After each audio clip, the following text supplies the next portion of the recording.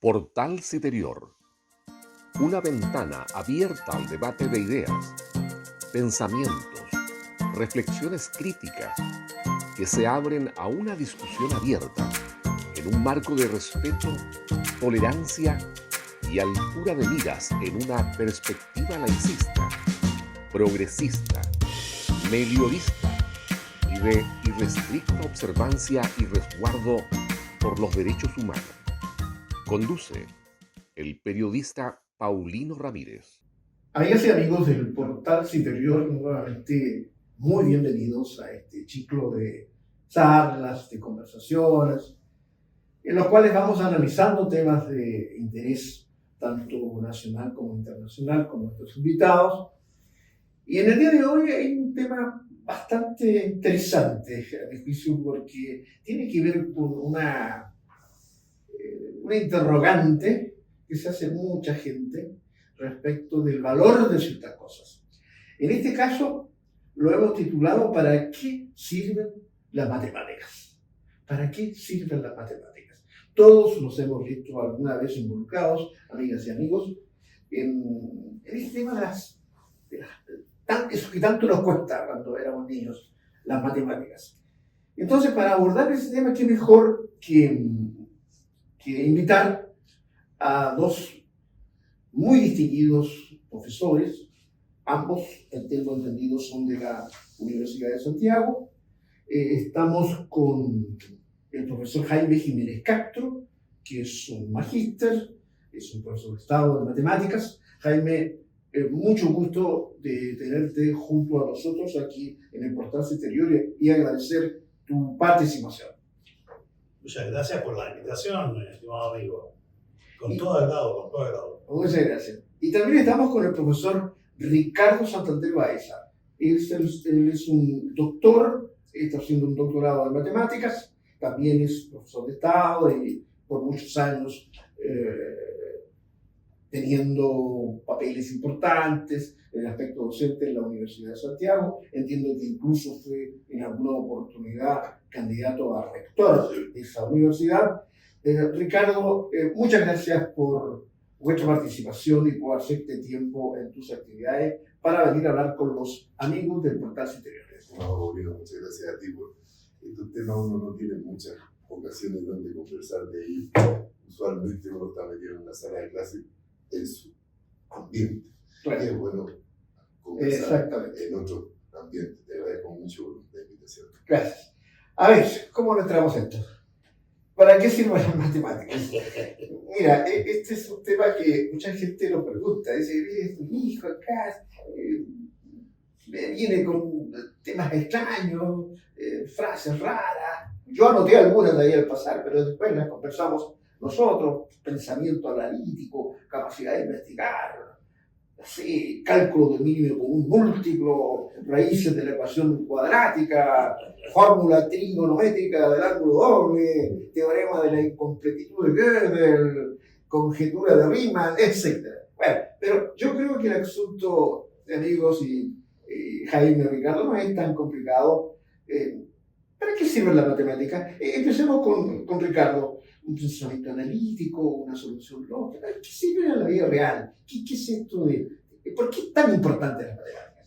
Mira, yo seguramente no pretendo dar la respuesta completa a ese interrogante que se han hecho muchísimas personas. Pero yo quisiera colocar un ejemplo, porque a veces, si tú pones un ejemplo, la gente comprende mejor.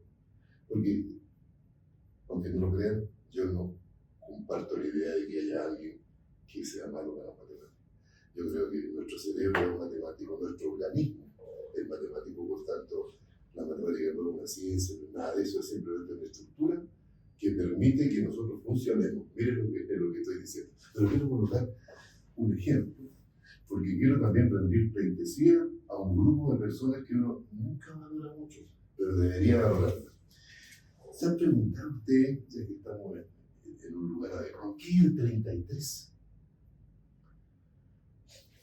Entonces uno hace esa pregunta donde sea, y nadie la puede responder porque todos van a decir un número, algunos más eruditos van a dar hasta la clasificación conjuntista de lo que yo estoy preguntando. Pero no tiene sentido, simplemente todo el mundo entiende lo que es el 33, pero nadie sabe lo que es, y nuestro cerebro tampoco.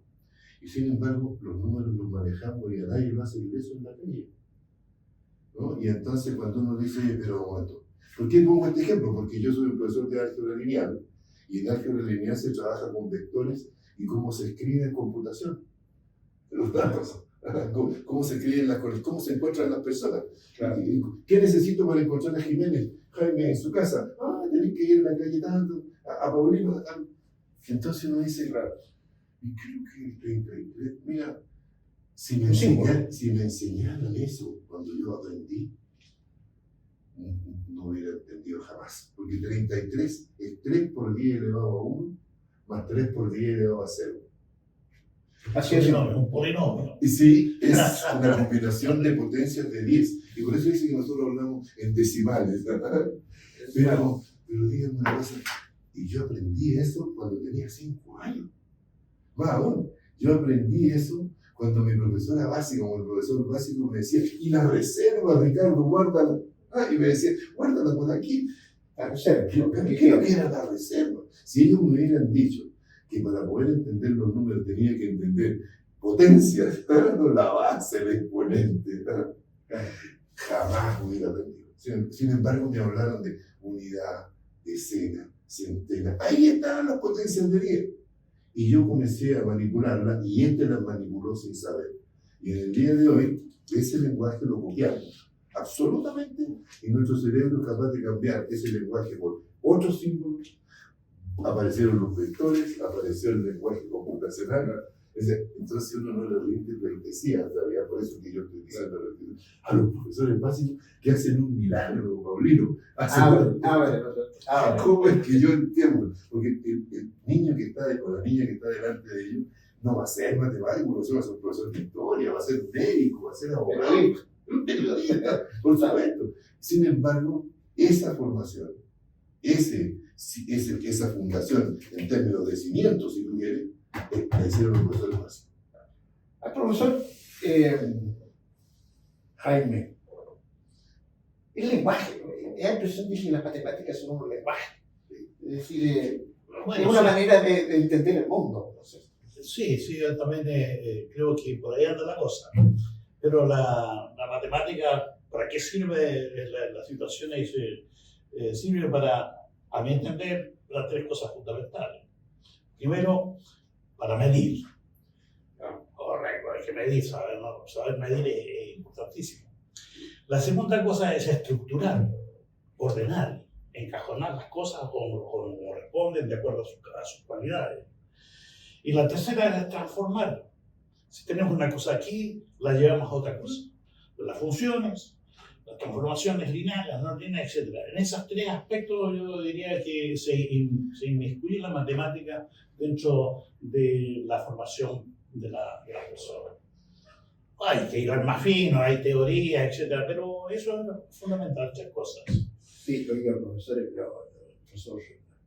Santander, eso significaría lo que dice el profesor Jaime Jiménez, que aquellos, me cuento, que no dominamos ese lenguaje, como que quedamos afuera, porque ¿cuál es la diferencia, Ricardo, entre el lenguaje común, incluso figurado, como la literatura, y el lenguaje matemático? Yo creo que el lenguaje matemático es el básico que le permite relacionar las cosas. Lo que pasa es que nosotros, los que nos dedicamos a ella, le colocamos símbolos, nombres para entenderlo.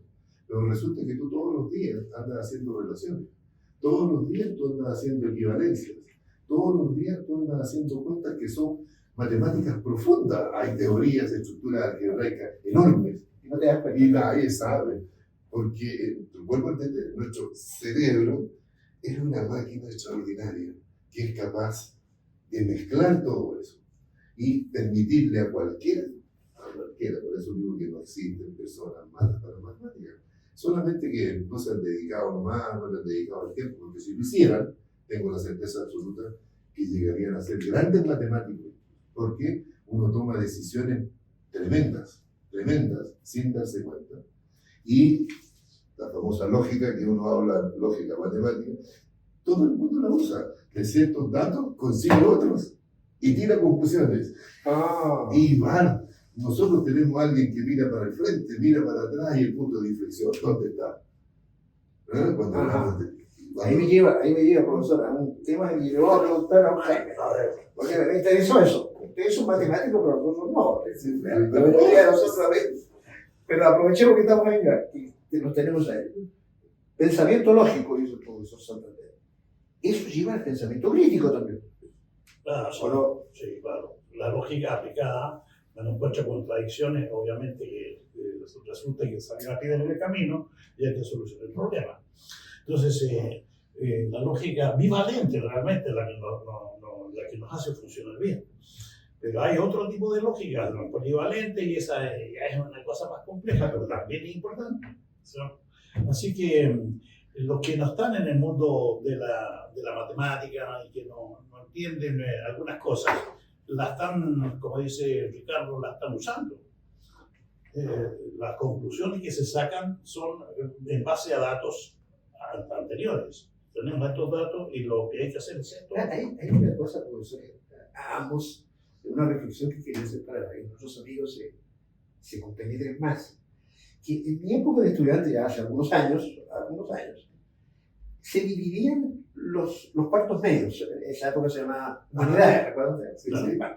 Sexto humanidades se dividía en el matemático, el de letras y el de biología. Matemático. Bueno, en el caso de letras, nuestro ramo básico era filosofía. Pero curiosamente, los mejores alumnos de filosofía, nos decían muchos profesores, eran los alumnos inscritos en matemáticas.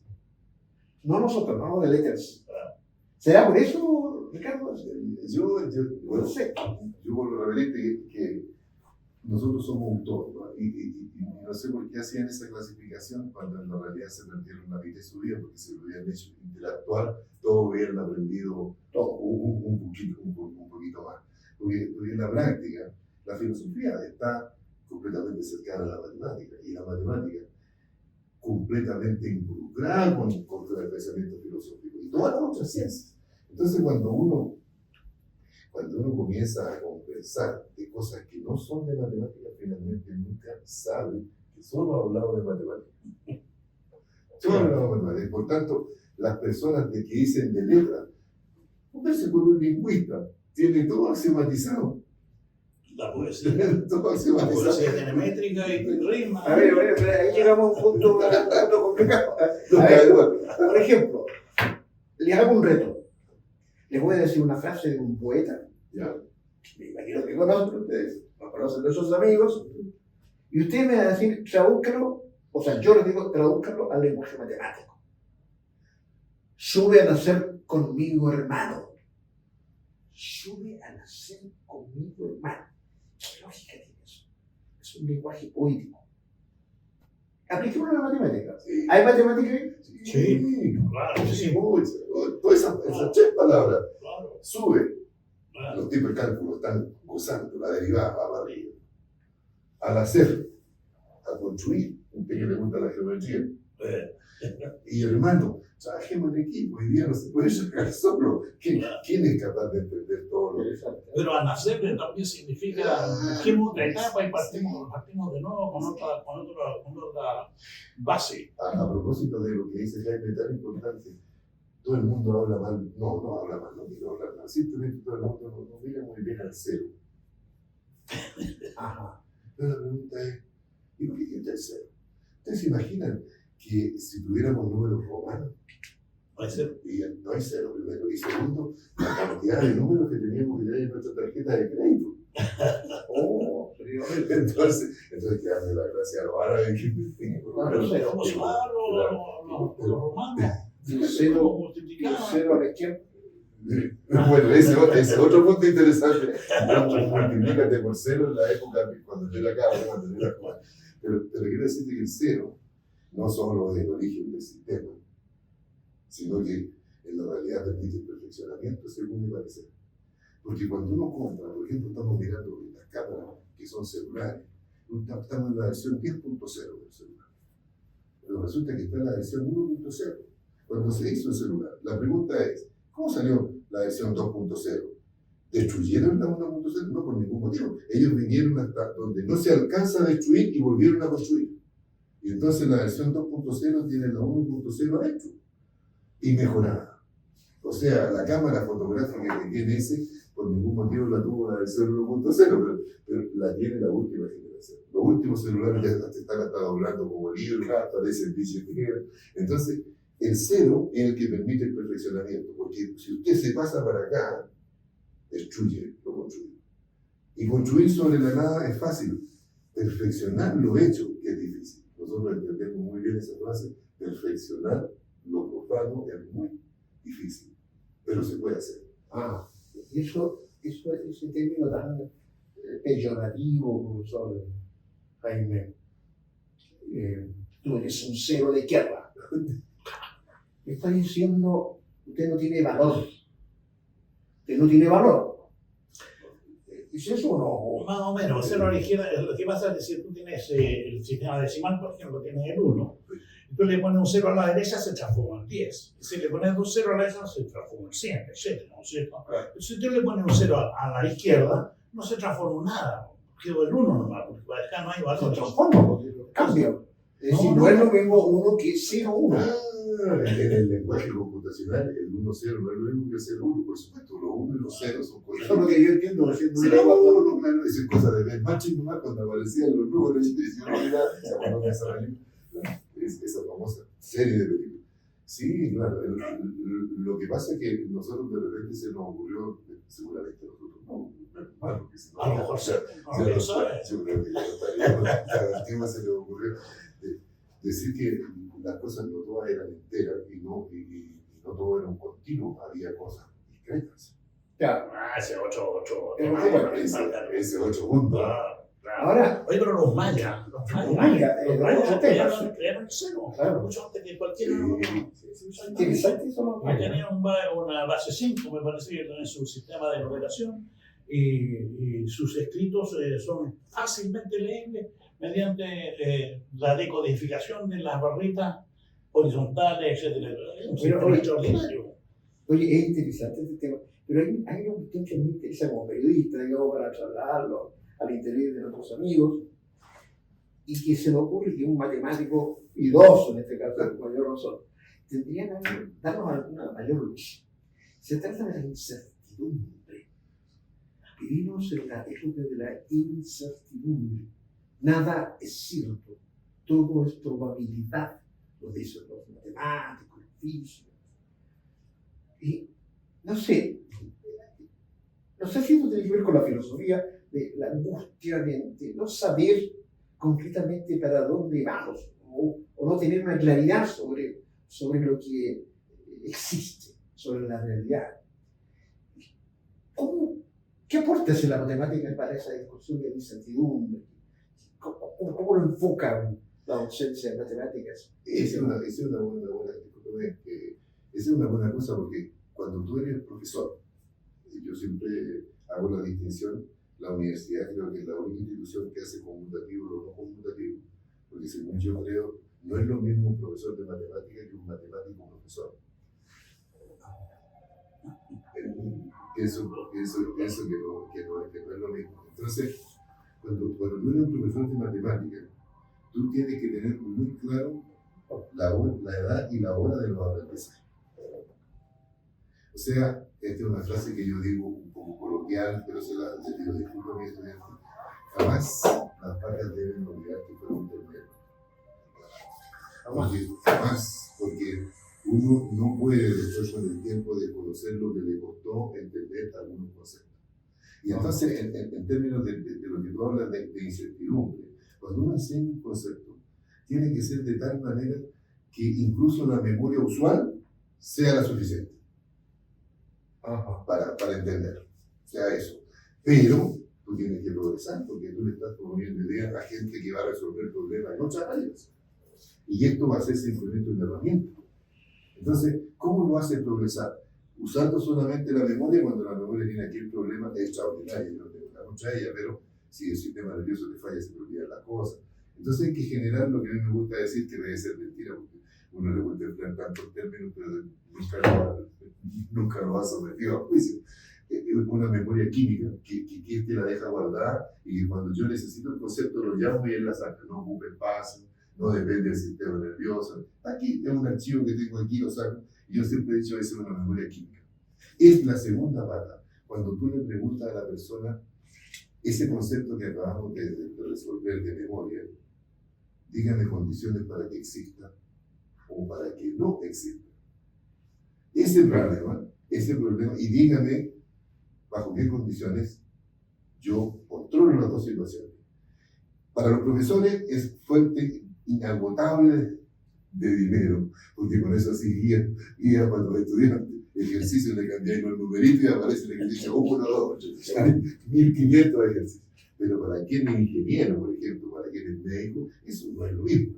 Y él está tomando decisiones de ese tipo, usando los conceptos hace mucho tiempo.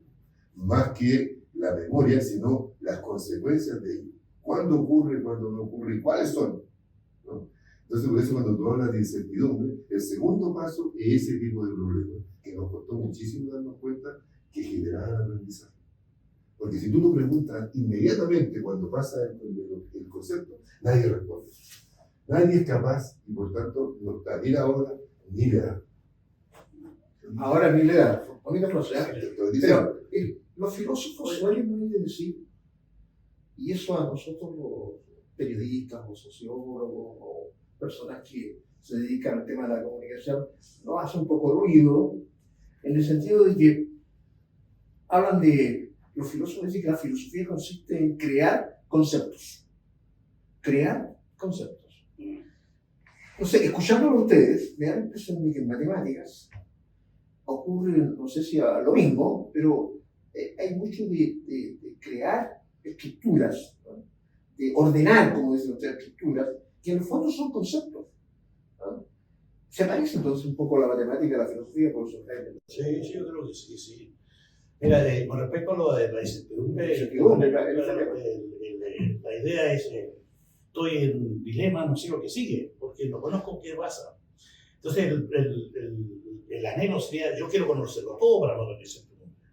Pero ¿se puede conocer todo realmente? Entonces, Heisenberg hace una relación, dice, el principio de incertidumbre dice que no es posible.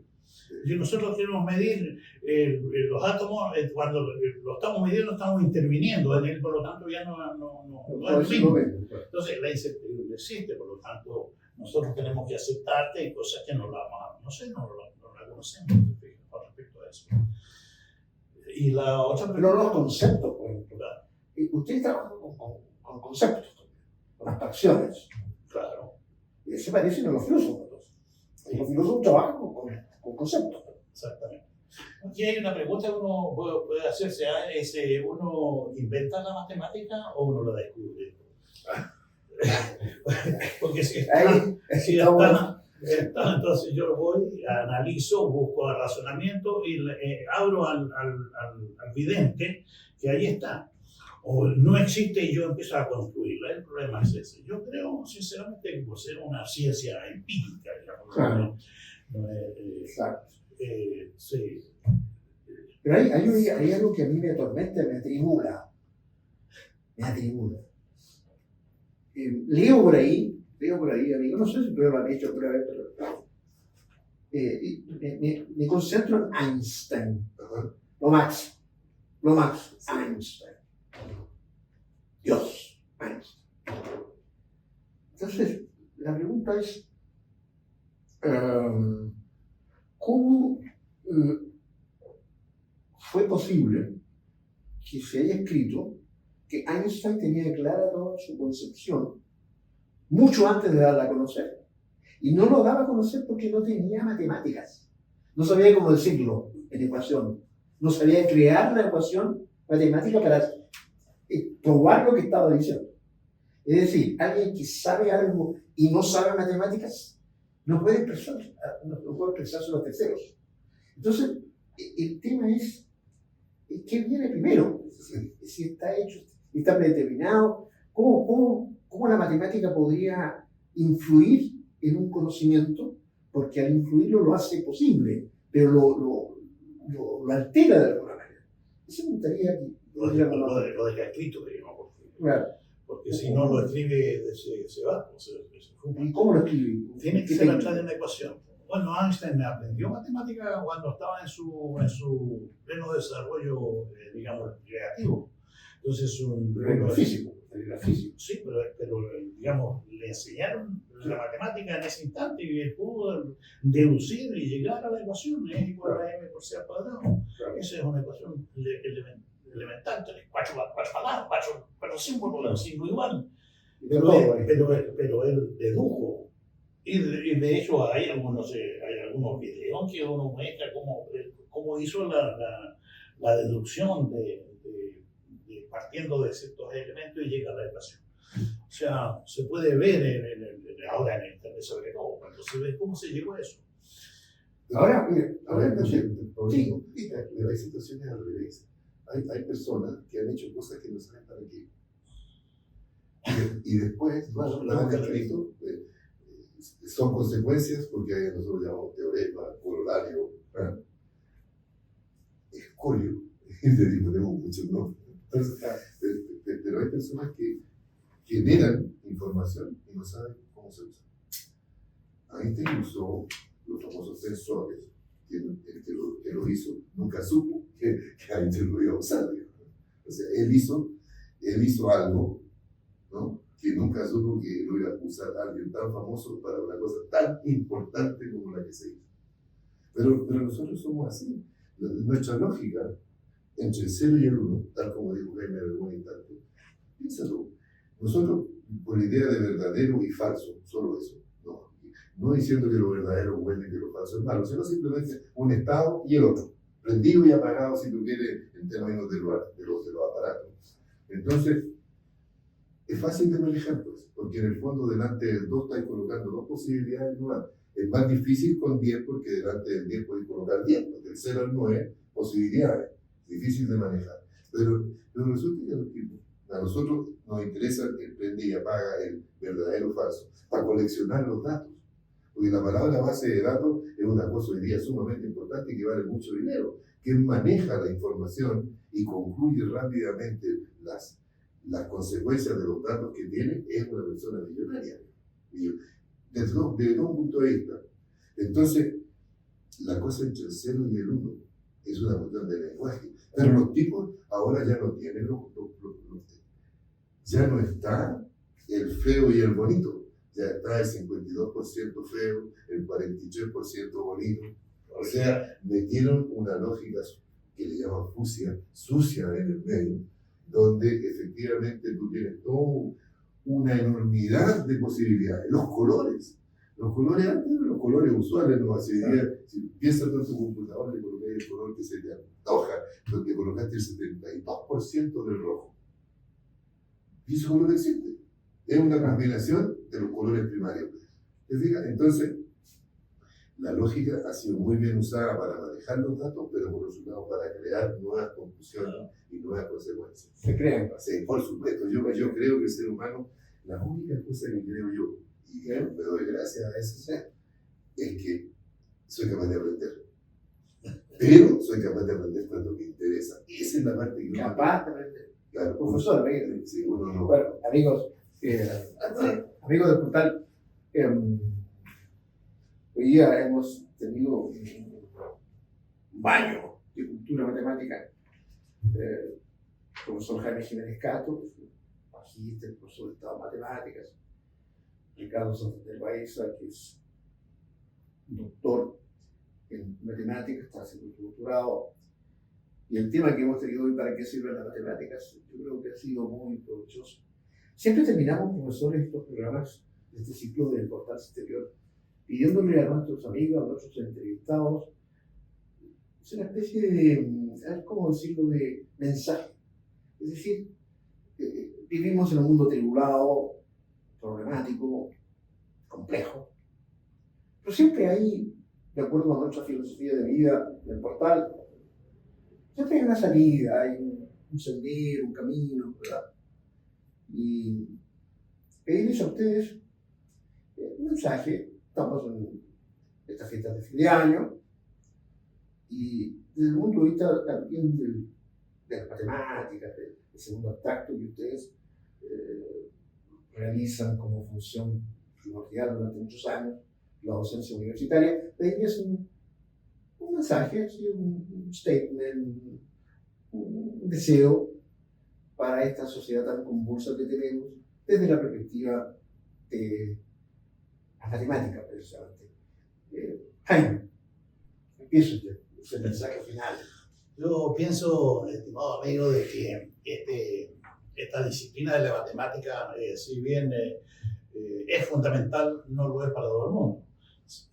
Entonces yo invito a las personas que quieran influirse un poquito más, que mediten sobre la importancia de esta disciplina, que en un principio ayuda a resolver, digamos, desarrollo de pensamiento crítico, sistemático, con una cantidad de problemas que le pusieron a los estudiantes en un principio, pero que en el fondo realmente es para desarrollar la mente, pero resulta que detrás de eso hay algo más amplio, que es los sentidos, para dónde va, para lo que sirve, como se dijo al principio. Así que pasando la barrera de la aritmética, la matemática es un campo hermoso. Así que yo lo invito a soltar esa barrera. Muchas gracias, profesor. ¿Y profesor Santander? Mire, yo hago las matemáticas, todo el mundo sabe eso, quizás un poco más que el fútbol.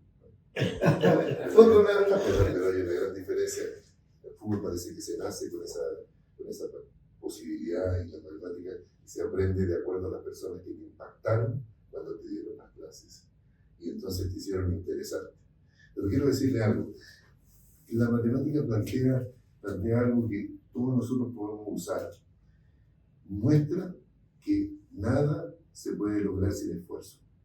Pero por otro lado, nada tampoco debe atribularlo a uno y rendirse. Yo creo que cualquiera sea el problema que uno tiene, primero tiene que reconocer que tiene un problema. Porque quien no dice que no sabe, nunca aprende. O sea, una de las cosas que hay que partir por entender es que para poder progresar hay que reconocer que uno es ignorante y, por supuesto, después inteligentemente ir a preguntarle al que sabe y no al que no sabe para no demorarse mucho. Así que yo insto a todo el mundo a que se tenga fe. No hay problema sin solución. Y si un problema no tiene solución, créanme, mi querido amigo, no hay problema. Y eso yo. Como el presidente de Chile. Ok, tienes amigos del portal Silencio también. Nuestro agradecimiento por vuestra sintonía. Hoy hemos tenido un programa de lujo, dos grandes profesores, docentes de las matemáticas que nos han acompañado. Les agradecemos, profesores, vuestra presencia acá. Y ustedes, amigos del portal Interior, nuevamente esta esperanza nuestra del portal de que vendrán días mejores. Siempre puede ser mejorable todo, tal como lo han dicho nuestros distinguidos invitados. Siempre hay que tener la esperanza de que puede ser mejor. Ya nosotros estaremos viendo próximamente una nueva versión de estas conversaciones y charlas en el portal Interior. Adiós, amigos. Adiós, Ricardo. Adiós, profesores. Muchas gracias, Mauricio. Muchas gracias. Feliz fiesta de fin de año. Portal Citerior. Una ventana abierta al debate de ideas, pensamientos, reflexiones críticas que se abren a una discusión abierta en un marco de respeto, tolerancia y altura de miras en una perspectiva laicista, progresista, meliorista y de irrestricta observancia y resguardo por los derechos humanos.